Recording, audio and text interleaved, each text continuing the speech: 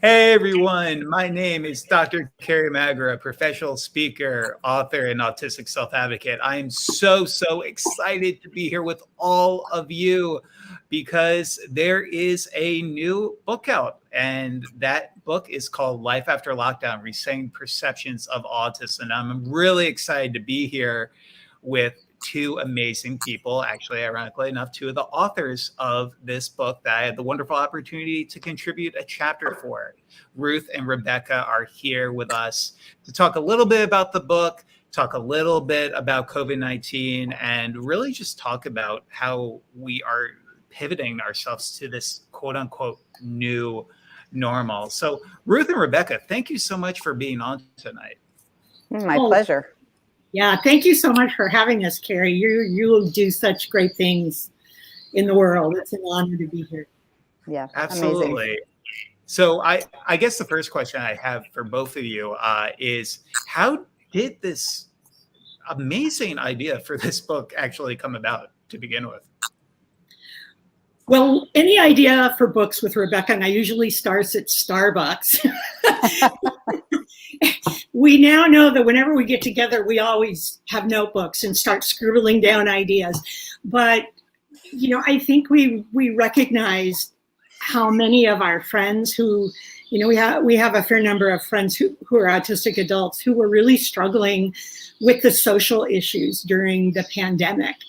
And also some of the people that I would be reading about online were really struggling with anxiety and things that I could really relate to. And it just seemed like something that was really needed, that somebody discuss this topic in relation to autism, because it almost seems sometimes as though with the neurotypical population that there's almost a wall, that they assume that these things that are so powerfully impactful for them may not impact people on the spectrum as much or in the same ways. And it's just not true. So that's why we started. And when we were brainstorming, Ruth and I, we started at Starbucks and then got in our separate cars and got on the phone. And as we both went down our separate freeways, we were just getting more and more excited about this idea. I need to give a shout out to another book that came about early in the pandemic called Autism in Lockdown, and that was sort of out there. And when we started talking about what was going on with our friends, one friend particularly who actually has a chapter in the book, Kelly Lundenberg, is very close to us, and we were seeing her. She was part of our COVID bubble, and we were seeing her frequently, and she was being, very open about the anxiety, the frustrations, the unsureness of what was going on with the lockdown, and how she was coping with it. And so the idea was born from all of those kinds of experiences that we were going through at the time. And I think Ruth is right. One of the things that seems to be really prevalent throughout is the level of anxiety, and that hasn't stopped. It seems to be going on as we go forward. So yeah. And actually when we started out on the book, it felt as though we were really thinking about kids going back to school and maybe adults going back to work. But as we went on, we began hearing all these accounts from different people who are on the spectrum, and it just became so much more than that. And I mean, I learned so much. Not the least from you, Carrie. I remember yours was one of the first chapters that we edited, and one of the statements. I'm so sorry. No, you had so much information, but one of the things you said was that you hoped parents would focus on their child's mental health and not on their grades. Mm-hmm. And I mean, that's so important. And I also thought, oh my gosh, that applies to all of us. Yeah. It's so easy to get caught up in being successful at things again. And really, we need to all give ourselves a little bit of a grace period.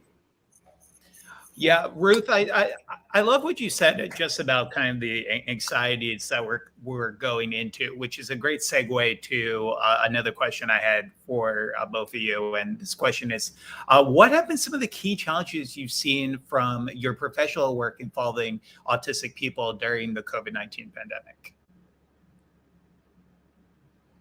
Well, I think for me at this point, I actually retired from full-time teaching and consulting, and I'm mostly writing and editing now, but I still do a lot of, volunteer work. And of course, during COVID, it was all virtual.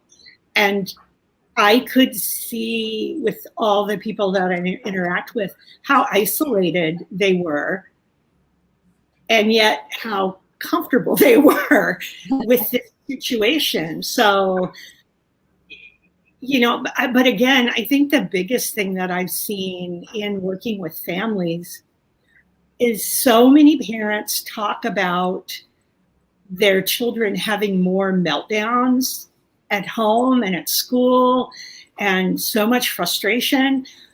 And I don't know if people always make the connection that COVID and the lockdown has impacted children as much as it has adults.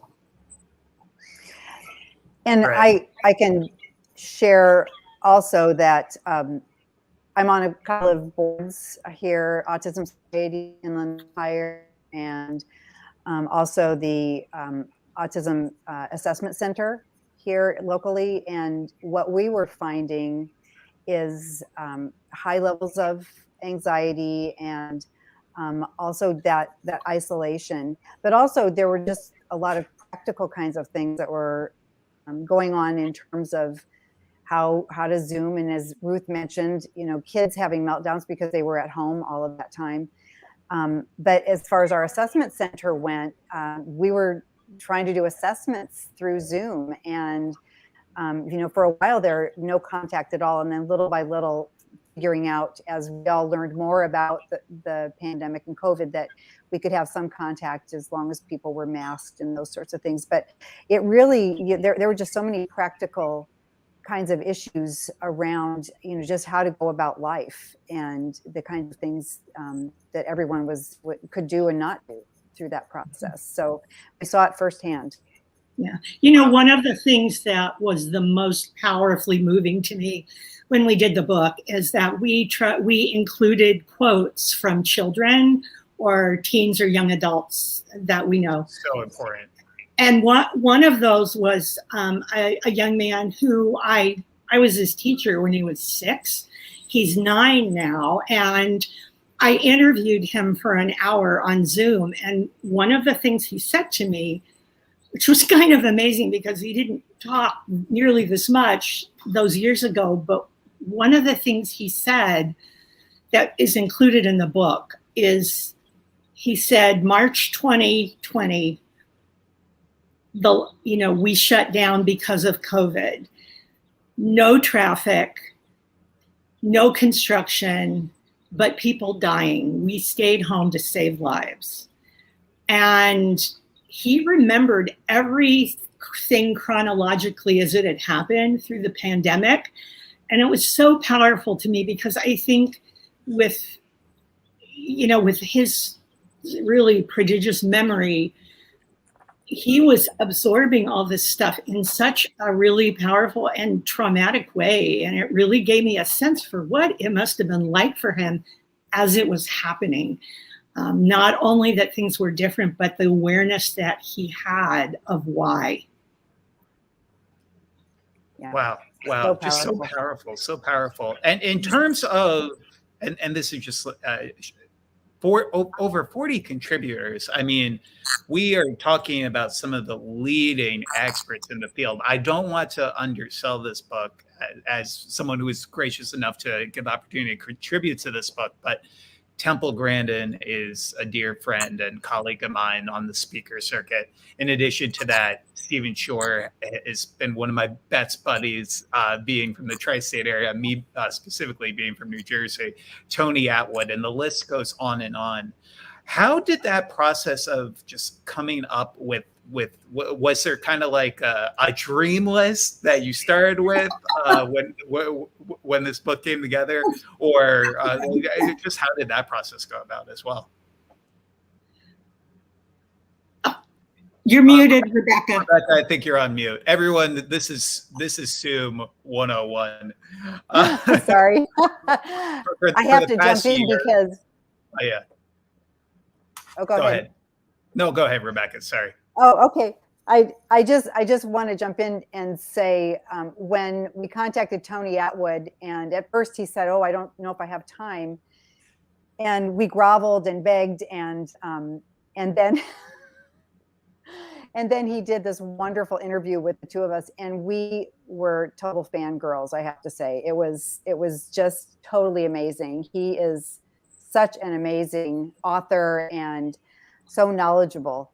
But his chapter was just powerful, and I need to give Ruth so much credit on that, because she was instrumental in making sure we put that chapter together with Tony. So yeah, all of what you said, Carrie, this was an amazing group, and we did have a dream list, and you were on it, and we were just yeah, really yeah, and I really, actually really amazed.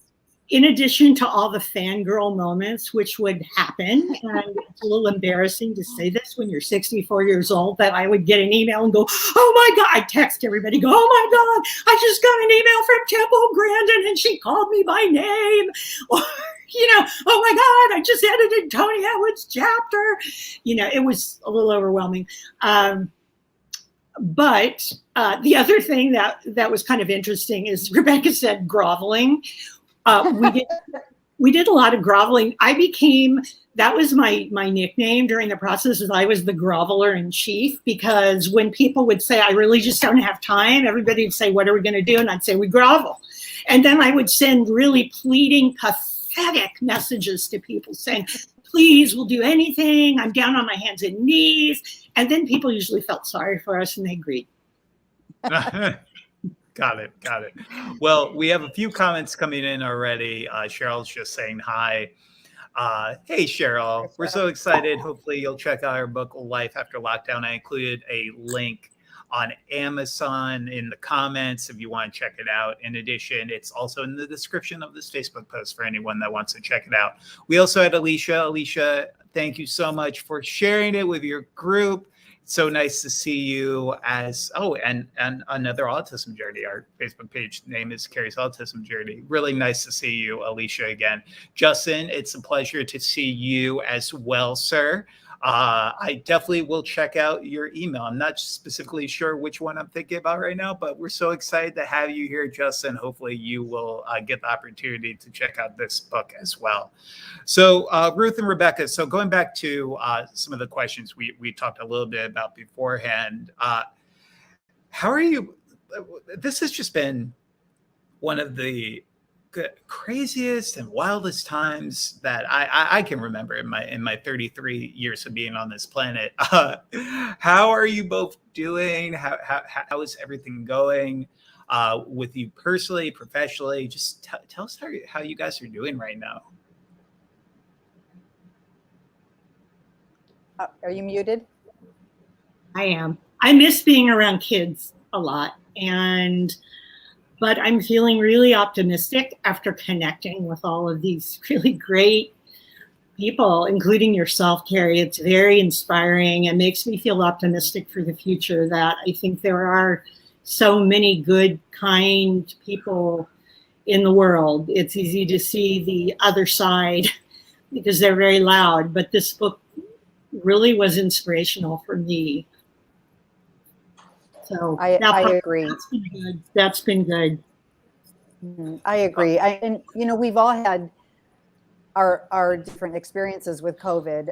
I have my sister has long haul COVID, and we've been closely supporting her through that. But we also have a really great extended family bubble here that we were able to have that social contact throughout in my little family. So I am blessed and thankful for all of that.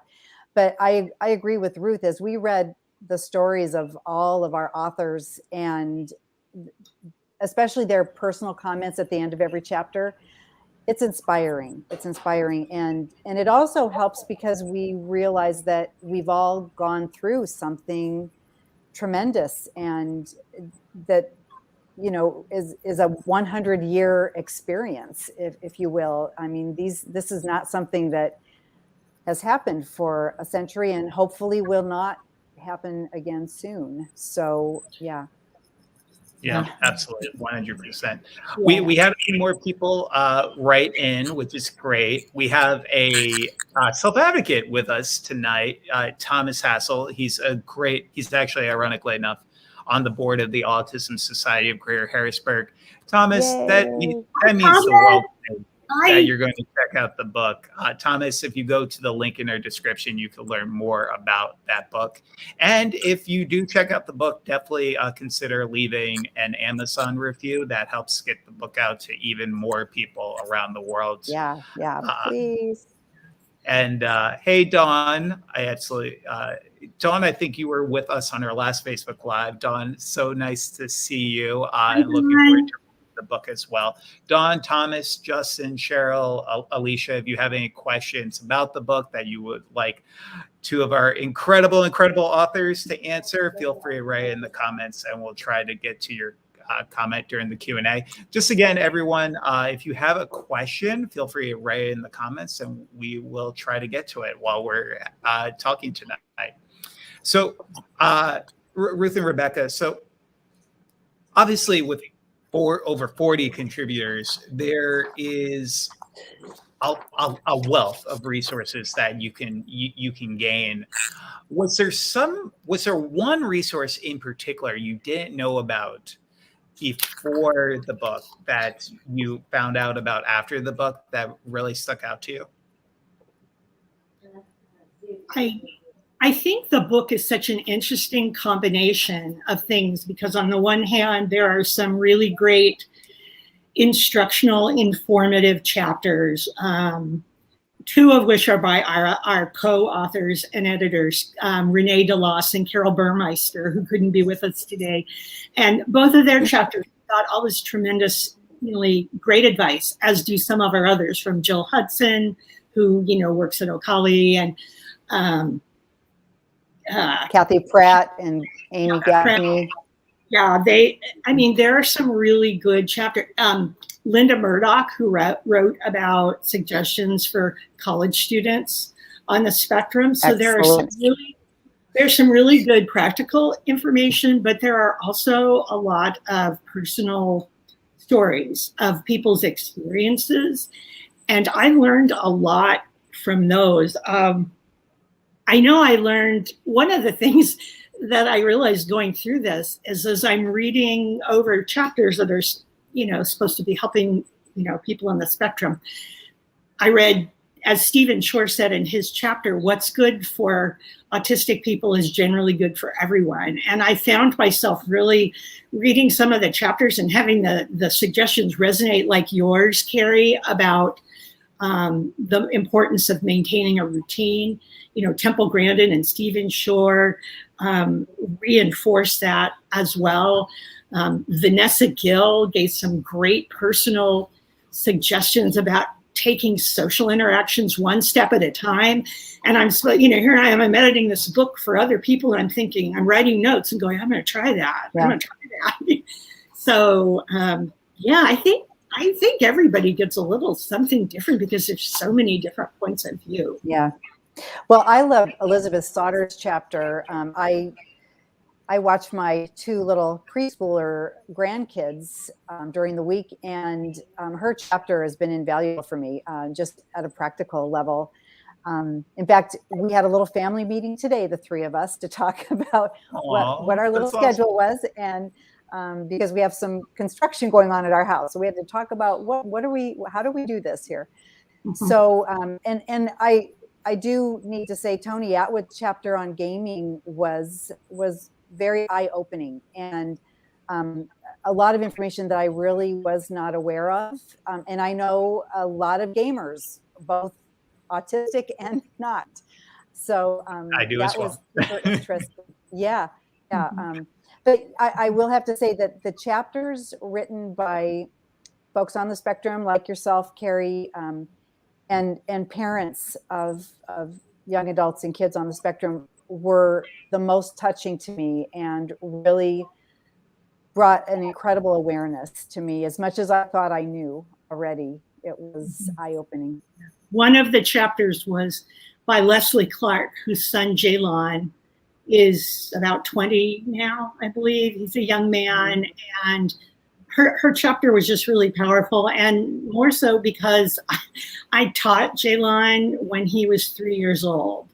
And to see this journey that he's been on, and to grasp how challenging it has been for all of them, culminating in this lockdown, it was very powerful, and really, I think it's going to help me going forward to do a better job. Yeah, absolutely. Well, absolutely. And anyone who's going to do any traveling, if you're on the spectrum or with someone who is, Attwood and Edward Song's chapter is just amazing. It gives me a lump in my throat every time I read it. They just had a wonderful experience with their son Ethan throughout their travels, a road trip across the country, and it's just such a wonderful chapter to read. And I would say one that also touched me is B. Moisey's chapter. And as I read the whole chapter and we got to the very end, it's so fun. It's so neat that she wrote about herself and her family, that she and her husband have 2 children, Jacob, who's awesomely autistic, and Abby, who is simply marvelous. And I just loved that. What a wonderful peek into their wonderful life. Yeah. Oh, yeah. Beautiful, beautiful. We had some great comments come in. Alicia writes, hey again, Alicia. Yes, routines are so important for my son, Kyle. I can't wait to read this book. I love these kind of books because it helps me see through my son's eyes more.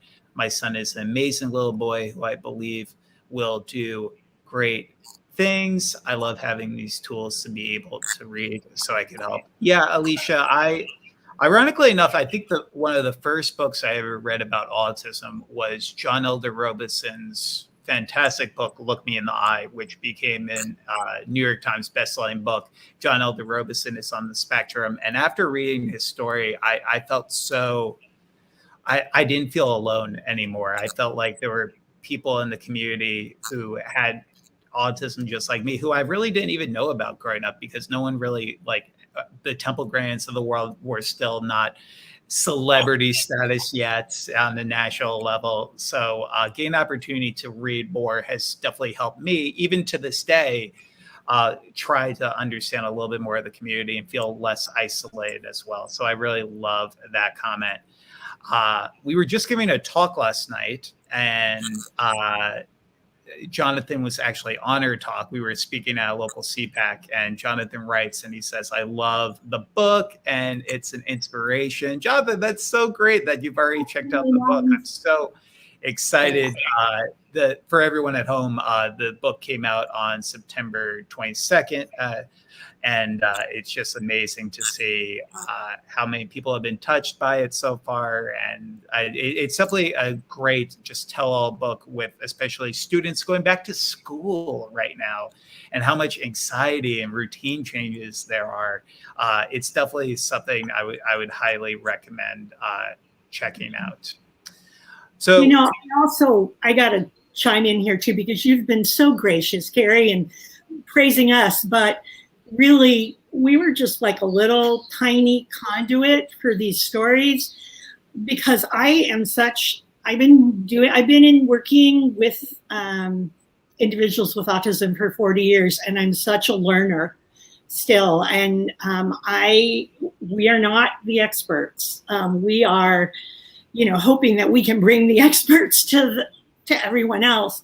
But one of the things, and I always have to mention this every time I talk to a group, but one of the things we mentioned in both the intro and the last chapter is that I referred to my experiences when I started my career at a state institution in the Midwest, when things were not nearly this good.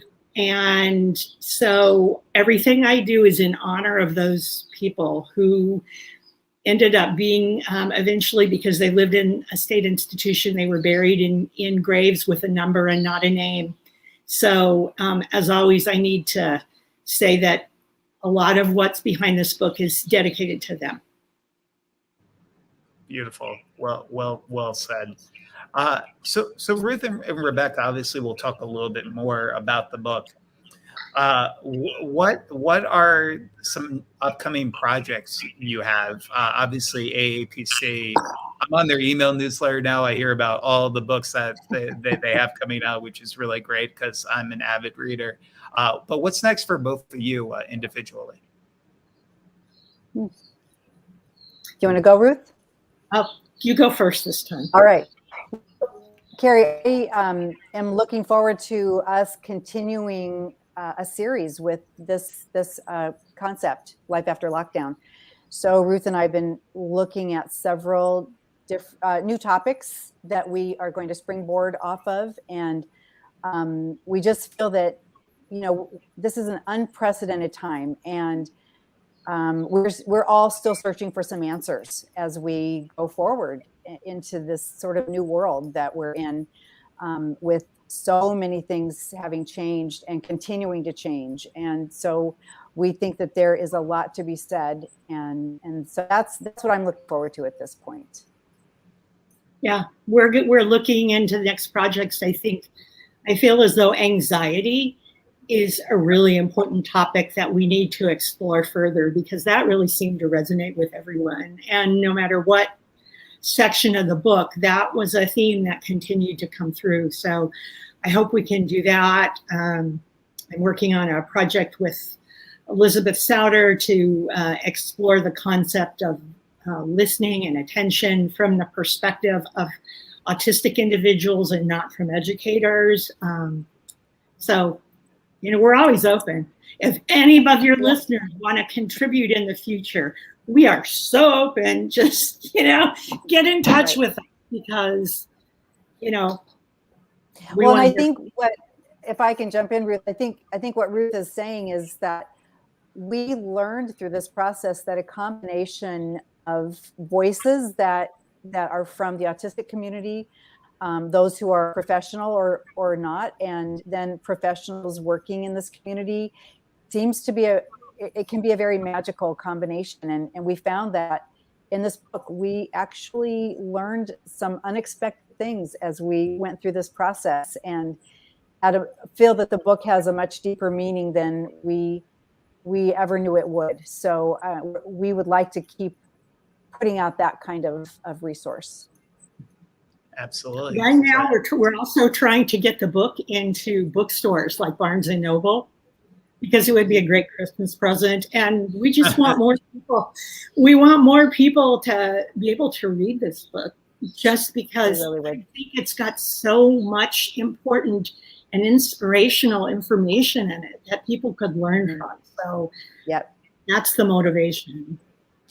So we had somebody come in a few minutes late who I don't believe saw the intro, but if you could, and I would just love if you could maybe just like summarize maybe in like just a few sentences what the book is about, and kind of just give a snapshot of the targeted audience, because I also feel like the targeted audience can be a wide spectrum of people. But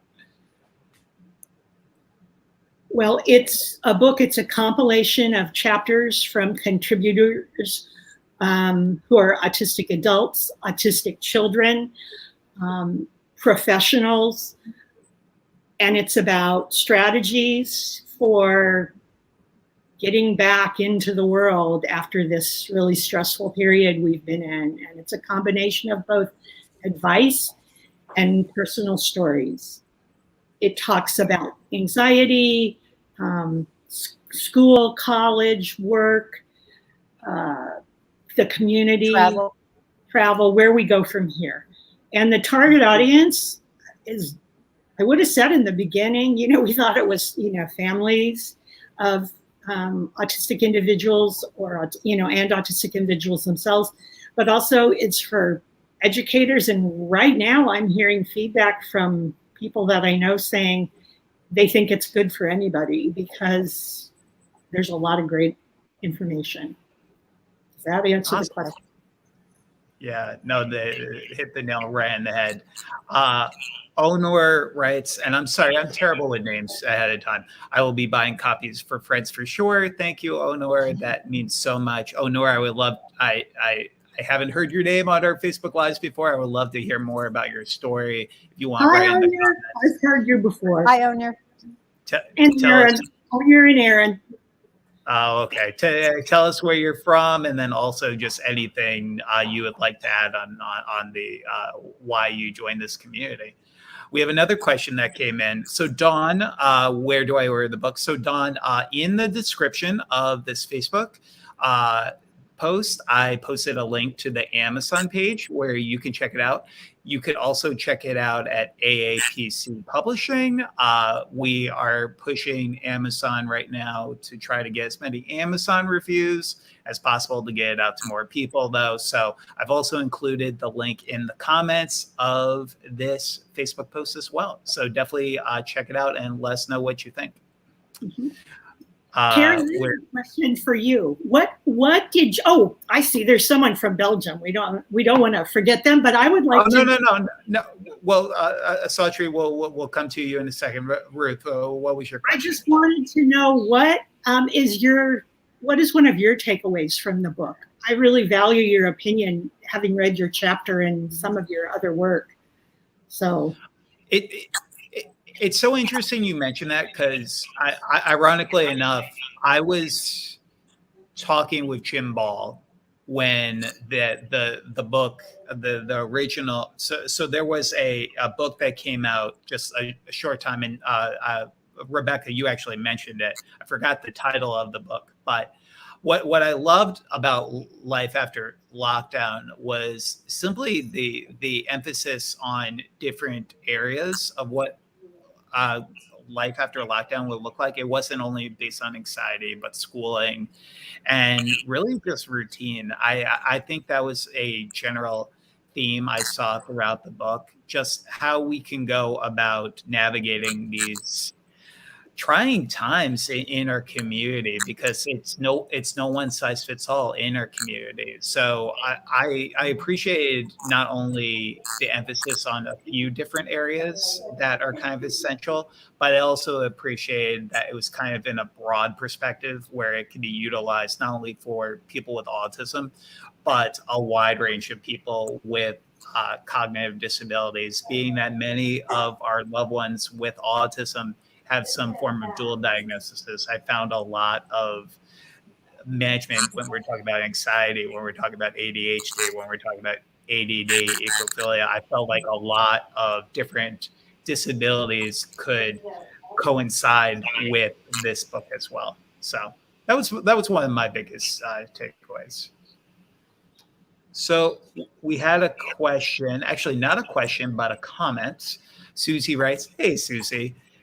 Thank you. Sounds fabulous. As an EX early learning educator, now full-time co-carer with a grandson who has autism, ADHD, and ODD, this would be perfect." Yes, Susie, I really hope you check it out. Susie is also from Australia. So we have Belgium, we have Australia tonight. Susie writes, "Hi, I'm from Australia. I don't have Amazon, been to many spans for extra costs, and joined from over there late. How else can I purchase this book, please?" That's an interesting question. I actually don't even know the answer to this. Is the book currently available internationally or just in the United States? It is available internationally. Yeah. Oh, wonderful. Yeah. So AAPC. Got it. So Susie, what I'll do is I'll also include the link to the AAPC website in the comments, so you can check that out as well. But that's an excellent question. As somebody who sells books via his own website, signed copies of his books, I often get people from Canada and Australia and so many places around the world asking that question. And then I'm like, oh no, I have to go look at my general UPS store and see how much it would actually cost. So I appreciate you bringing that up. So of course, Susie, anytime, Susie. Yeah. In fact, if you can't get it, you just call me and I will bring you I'll fly over there and I'll bring it to you. I'll go to Australia. I'll swim. I'll do anything to get you will swim. Okay. All right. As you can see, groveler in chief right here. Groveler in chief. Yeah. We will get her a book. Yeah. Absolutely. Oh, wonderful. Great. Yeah, no, I mean, and how did both of you collaborate with AAPC? I hate that I'm even asking that question, and I don't know enough background. How did the collaboration with AAPC start? Well, I believe Rebecca was the first connection because she and Carol Burmeister and Sherry Wilkins published a book on executive functioning called Flip 2.0, which is a sequel to Carol and Sherry's book, Flip the Switch. Excellent, both excellent resources. Mm-hmm. And they needed an editor. At that time, AAPC was looking for an editor, so I got on board and I've been editing for AAPC since then. So that was the connection with AAPC, and we all have worked together. Rebecca and I started an autism program many years ago that we were really proud of. So we have been working together for a really long time. And our work together that started in 2004 in Southern California, it is now, we're both retired, but the fruition of all of that is that now we're taking those experiences and we're able to put it into written form. So we're super excited about this. So a question that came in privately, so it's not a public question, but the private question, and we're up for anonymous questions, so that's fine with me. The question is, what is your opinion on hybrid schooling? And do you believe that schools should go back into either a full-time, that's what the question, full-time or virtually? That was a question that came up a lot in the book, and it really drove a lot of the conversation among the editors and the contributors. I think a lot of it started with Amy Laurent and Jacqueline's chapter. Towards the end, they also have some great resources, but that we began to realize that for a lot of people on the spectrum, virtual opportunities are actually a lot better. Not for everybody, but for some people, schooling was easier, socializing was easier, shopping online was easier, telehealth medical appointments were easier. There was one person who said because of her anxiety around crowds, she now had access to so many more resources like museums and shows that were now virtual. And schooling is one of those. So I wouldn't presume to know what's best for everyone, but it does seem as though having that is a good option for some people. Rebecca? I would agree that we have to have options.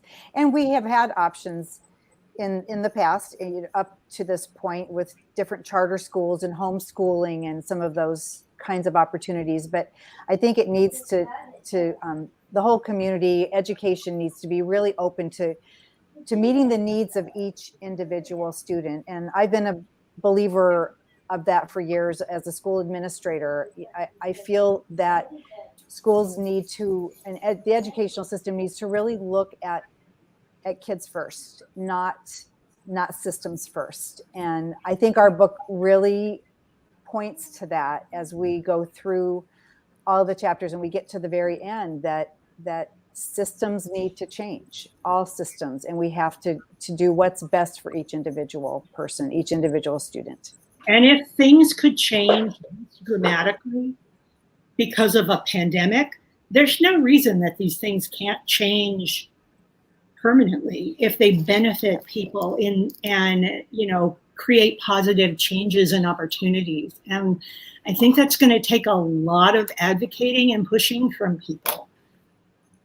Yeah, I agree 100%. I truly believe just the way we look at schooling, even right now with Common Core and the struggles that many kids with disabilities face with standardized testing. I mean, there's a lot of realms that we can kind of recreate the wheel to try to make it more person-centered in nature. I was I was doing a CPAC presentation last night, and this came up about how what was better for me, public or private school. And they were two different animals to begin with. It's the public school, 25-to-1 student to teacher ratio, where everything was basically how well you did in test, versus a private school setting where there was more participation involved in your classes to actually lead to whatever your academic outcome was going to be.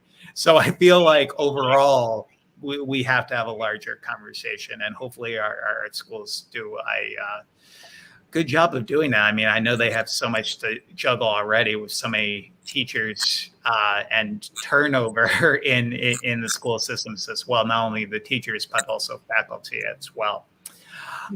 So Sartori came in with a question: is this available in ebook? And I believe it is available in ebook. It is available in ebook. Mm-hmm. Got it. Okay. Yep. So Sartori, that answers your question. Very easy. We love easy questions here. Thomas writes, I've heard that kids should be back in school because we are falling behind in education versus other countries who are doing better than the U.S. And yeah, Thomas, that's a interesting point, just because of the breakdowns of COVID in different areas. Obviously, the vaccines have been administered more readily available in the U.S., so plays a factor in the whole international perspective as well. And I love the meme of the flex in here, Rosie's closet. Rosie writes, hi, everyone. My son is 14, autistic, and graduating from high school in February. He has excelled during the pandemic and loves all of the online access. Yeah, Rosie, I definitely think there should be a virtual element in all of our schools right now. So just in the spirit of time, because we're just hitting about the 45-minute mark, and I want to be mindful of both your time along with the time of everyone who tuned in tonight. Is there anything else you would like for people at home to know, not only about this book, but about your own individual stories? Rebecca? Well, I think we've shared quite a bit. As far as my individual story, I have a niece with Down syndrome who has been living with me through COVID because we created a safe bubble for her and her mom, and my I think you wrote some, Rebecca. So Ruth, same question. Well, I alluded to a little of my story in the beginning. I started off my career in a state institution, and it changed me for the rest of my life. And it's really just fires me up still to this day. That was over 40 years ago, and I still feel so moved and powerfully moved by all of those stories and all of the people I've known since then. And I'm just really lucky to be in this world of autism. It's where I want to be.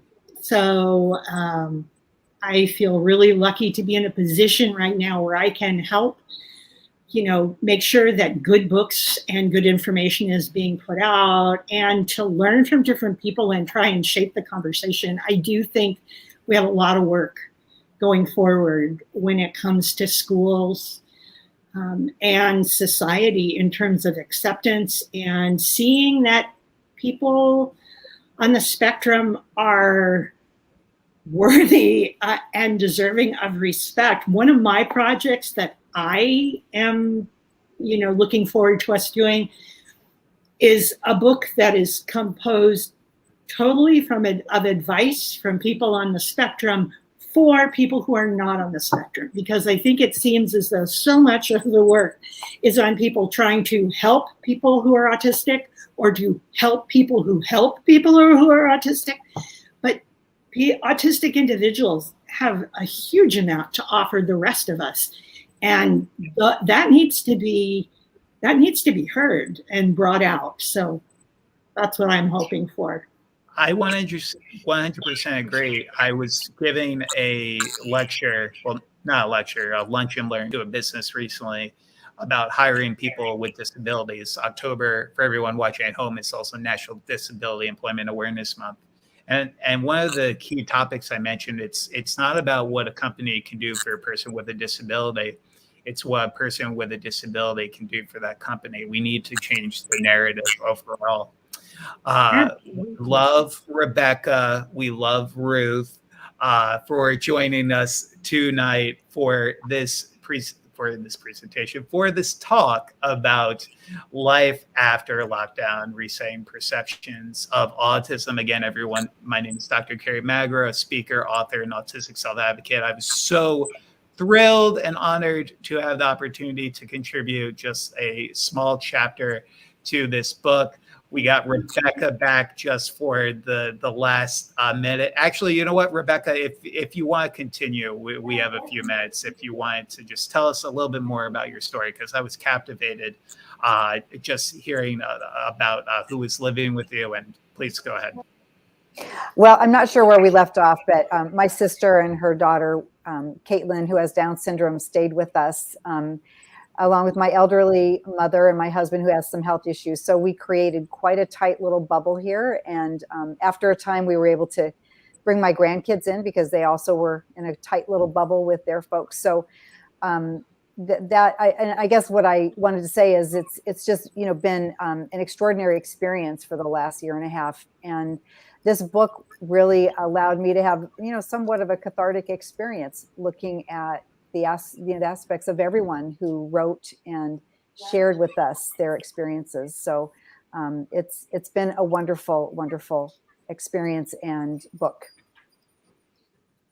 Well, I can't thank my guests enough. Ruth and Rebecca, the incredible authors of Life After Lockdown, Resetting Perceptions of Autism. Again, everyone, my name is Carrie Magro, a speaker, author, and autistic self-advocate.